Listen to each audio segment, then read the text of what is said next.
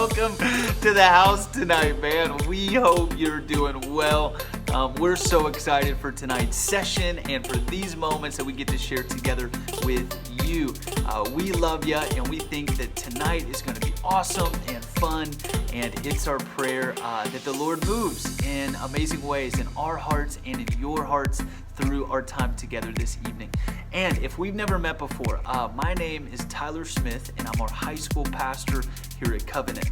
And one thing that we stand on above all else is that we believe we're a family. So in our community, in our gatherings with us as a high school ministry family, we believe that every person is invited in. Every person belongs. And it's our hope that you can find a home with us and our family. So you're loved wherever you are, no matter how you're feeling, no matter whom you're with. We love you, and we believe the Lord does too. And so we're excited to get to share tonight together with you. We love you. Let me pray for us, and we're going to jump into tonight's session. Father, we ask that you would meet with us tonight, that we would hear your voice and feel your presence. Would you point us to Jesus, in knowing that when we see Jesus, we see you. We love you, and we ask that by the presence of your Spirit, you would comfort us, that you'd give us peace, that you'd give us trust, and that you'd give us faith. Father, we love you, and we're so grateful for Jesus, and it's in his name that we pray. Amen. Well, guys, we hope that tonight's session blesses you and encourages your heart as we jump in.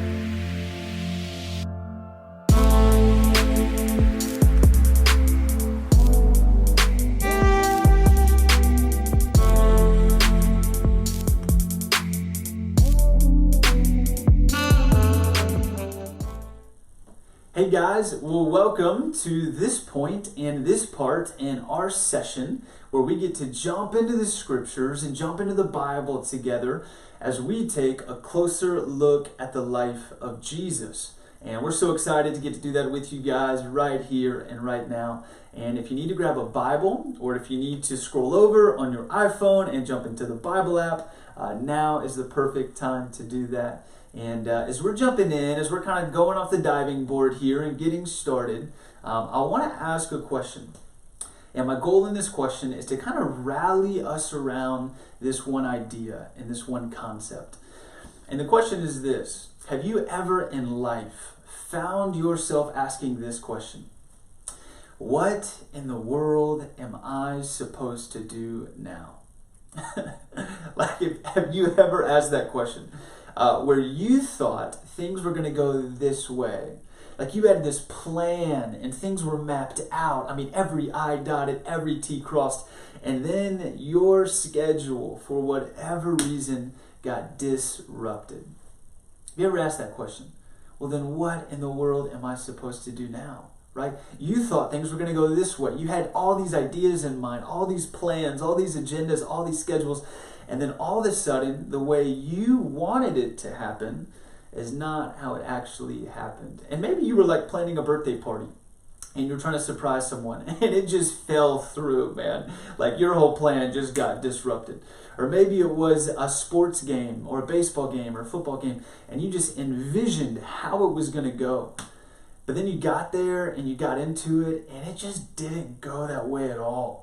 Or maybe, man, you're going out for a driver's test and you're like, I'm going to crush this thing, man. And then all of a sudden, it didn't go as planned. You see, in life, our plans, our agendas, our timelines, and our schedules, if you live life long enough, you'll find that those things are constantly getting disrupted. You see, life has a way of stepping in and reorienting and changing how we thought things were going to go. And if you've ever felt that, and if you've ever asked the question, well, then what in the world am I supposed to do now? It can leave you feeling discouraged. It can leave you feeling disappointed, or maybe even just frustrated and angry and white-knuckled, man, at the whole process itself. And that feeling, that emotion can just be difficult and it can be tough to navigate. And anytime I'm in moments of life like that where things are becoming disrupted and my plans aren't working out the way I wanted them to, I'm reminded of a candle. And you may ask, what in the world does a candle have to do with any of this? And that's a great question. You might think it's odd, but I think it's interesting.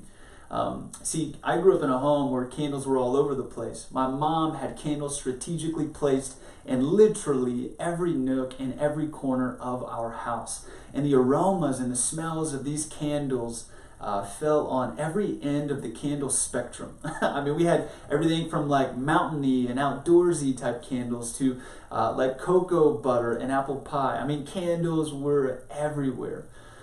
My mom loved them, and now so do I. And I love to watch candles. Like I like fire, and so it's fun to watch the wick on the candle burn and to watch the heat of the candle move into the wax and get the wax from a solid state into a liquid form because of the heat and the way it moves. And it's just interesting to look at. But candles are fascinating, not just to watch them burn, not just to watch what they do to the wax, but they're also interesting when you watch candles get blown out. For instance, you see, when you blow out a candle, there's this smoke, right, that immediately moves into the air. And this smoke, as you try and track it with your eye, you can see it for just a second. And then literally in the very next second, it's gone. And this picture, this illustration, is what James, the writer of his book, is talking about in chapter 4 when he poses this provocative question to me and to you. He says this: what is life? Is it not more than, like, as we're considering life in the universe and our time here on earth, like, what is life? Is it not more than just a mist or a vapor or a smoke that's here for just a moment, and then literally in the next moment it's gone, it vanishes into the air? And the powerful point that James is making that is so good for our hearts to remember and to receive is this: that life is so delicate. Life is quick. Life moves fast. The speed of life is enormous. Life goes by like sand between our fingers. Time moves quickly. And inside of life itself, it carries this delicacy and this fragility and this vulnerability and this brevity. Like, life is so short. and we're not guaranteed tomorrow. So what we do with today is of the highest importance. Like he's trying to get us to think as followers of Jesus in light of eternity. Like we won't be on this earth forever. And he's trying to get us to ask this question, with that vantage point of viewing life in light of eternity, how can it maybe change the way we think about moments in life when our plans or our schedules or our agendas get disrupted? When the uncertainties and the unknowns and the unplanned come in and surprise us, and everything that we held so secure and so tightly gets shifted and disrupted, how should life in light of eternity change the way we approach that moment? With Jesus as the governor of our hearts. That's a powerful question. And James, if you don't know his story, he's the brother of Jesus. Like he actually grew up in the house of Jesus. And I'm also so curious what that was like.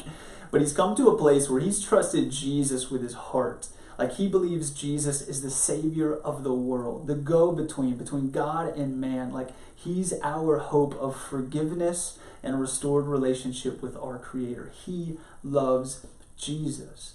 And he's writing to some friends who also love Jesus, and he loves them. Like they're his friends. There's this deep affinity and affection towards them, and they're on his mind and they're on his heart. And one of the reasons he's writing this passage to them is that in love, he's wanting to remind them of something. Like their eyes and their focus and their perspective have started to shift off course a little bit, and not in the healthiest of ways. So this is where we're going to pick up in verse 13 as we learn more about who James is writing to. Here's something they're doing.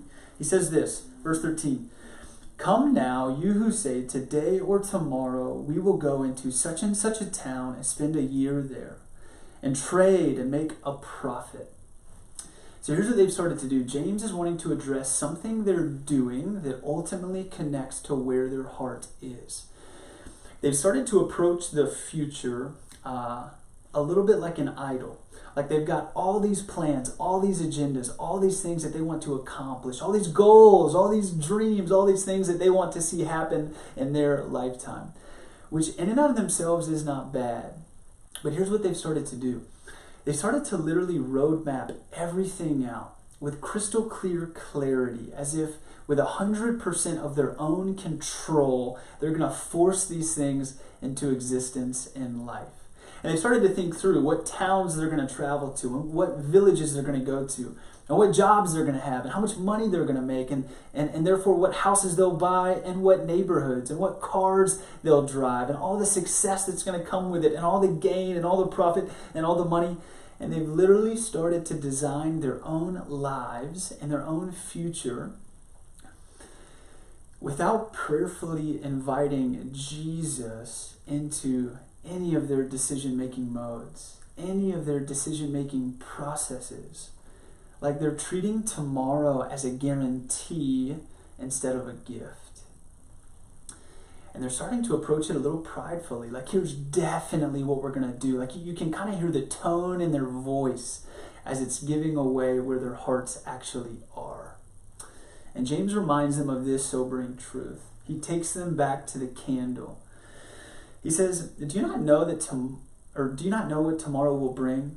Like tomorrow is a gift. It's not a guarantee. And he says this, back to the candle. What is your life? For you are a mist that appears for a little time and then vanishes. Your life is like smoke. It's like a mist. It's here one moment, and then in the next moment, it's gone.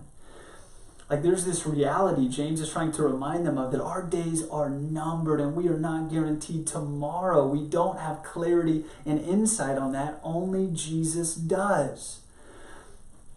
So even though we don't know what tomorrow holds, we know the one who holds tomorrow. And that should adjust our heart posture. That should adjust our perspective. That should allow us to maybe be a little more gracious and a little more patient in the moments in life when life doesn't seem to go our way. And we find ourselves asking this question, what in the world is going on? Or what in the world should I do right now? We remember, or the ask is for us to remember that Jesus holds tomorrow. And he holds today. and that they're both gifts to be enjoyed, not obsessed and controlled over. But as we continue on, verse 15 also helps us here. Verse 15 says this: instead, as James tries to reorient their perspective, he says, instead, you ought to say this: if the Lord, or if Jesus wills, we will live and do this or that. As it is, though, you boast in your arrogance. All such boasting is evil. So whoever knows the right thing to do and fails to do it, for him it is sin. So James, which is so hard, right? If you've ever had one of these moments where you, out of love, speak truth into a friend's life, to help them see a blind spot or to help them see something that's actually harmful and damaging to them and to others. Like if you've ever lovingly engaged in a moment like that where you've tried to help a friend see something they're not seeing, it can be difficult. It can demand radical courage and bravery. And that's what James is doing right here. He's saying, by the way you're thinking about your future, by the way you're thinking about where you're going to go and what you're going to do, and the neighborhood you're going to live in, and the job you're going to have, and the success you're going to partake in, and the degree you'll get, and the school you'll go to, like as you think about those things, you're not doing it from a place of humility that trusts Jesus and that comes to the table with hands open, with a posture of, Lord, this is what I'd like for tomorrow, and I want to give that to you, but I don't want to obsess and control over it. I want you to have it. You hold tomorrow, and I want you to also hold my plans. And James is saying, instead of approaching the future that way and tomorrow that way, you've started to approach the future with arrogance, with pride. It's about you. Like you're at the center of your own universe, and you're making all these plans and schedules based on you and what you want and your preferences and your desires and your cravings. And James is just reminding them that life is not about you. Life is about Jesus, and it's about others. And true life, true joy, true security, true hope begins to fill our hearts when we begin to approach the future, not with closed, tight-fisted, white-knuckled approaches of control over tomorrow as a guarantee, but when we begin to approach tomorrow as a gift with open-handed humility, letting Jesus guide and give direction to our lives. And that it's actually when we do that where we begin to find true life and true hope and true security. All right, guys. Well, as we allow the wheels on the plane to touch the runway and we conclude and finish our time together, I've got just a few quick questions for us to think about and digest, not just right now, but as we move into this new week. And hopefully these questions allow us just to ponder and think about our own walk with Jesus and maybe where the position of our hearts are. So here's a few questions just to be thought-provoking and to hopefully lead us in a deeper conversation and deeper dialogue with Jesus and with others. So the first question is this. What for us is difficult and just hard to trust Jesus with when it comes to our future? Like what is hard for us to kind of give up control and to open-handedly approach Jesus with when it comes to our future, right? We've all kind of got those things, like maybe that one thing that's just hard. We want it so badly and we can't imagine life without it. But what would it look like for us to trust Jesus' design for our life instead of our own? Believing that he can design our lives way better than we can because he already knows the future and the future belongs to him. What's that one thing? And what would it look like for us to surrender and relinquish control to him and to trust him? Because even though we don't know what tomorrow holds, we know him who holds tomorrow. Second thing is this. Not only is tomorrow not a guarantee, but tomorrow is a gift, it also reminds us that today is a gift, right? And so if life is like a candle and the smoke there within and life moves quickly, man, what can we do to be wholeheartedly present right here and now?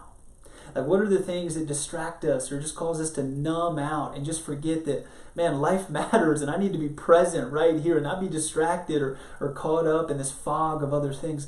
Like what can we do to help orient ourselves to be right here and right now as we walk with Jesus and as we walk with people? Think about those 2 questions this week, and we hope and pray that those 2 questions will continue to lead you in a deeper intimacy with Jesus and with others.